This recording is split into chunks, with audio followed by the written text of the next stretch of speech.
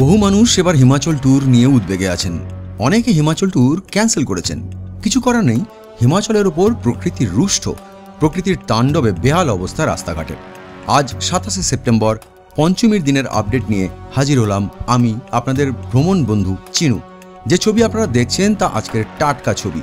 দুর্যোগ সামলে হিমাচলের সব রাস্তাই খোলা রয়েছে, দ্রুত কাজ চলছে।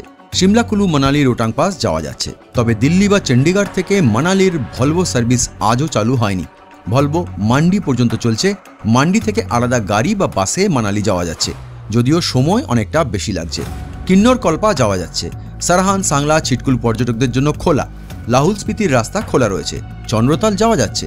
সামগ্রিকভাবে হিমাচলের সব জায়গার রাস্তা খোলা থাকলেও রাস্তার হাল কিন্তু খারাপ, আগের মতো মসৃণ নয়। তাই গন্তব্যে পৌঁছতে সময় লাগবে, এটা মাথায় রেখে বের হবেন।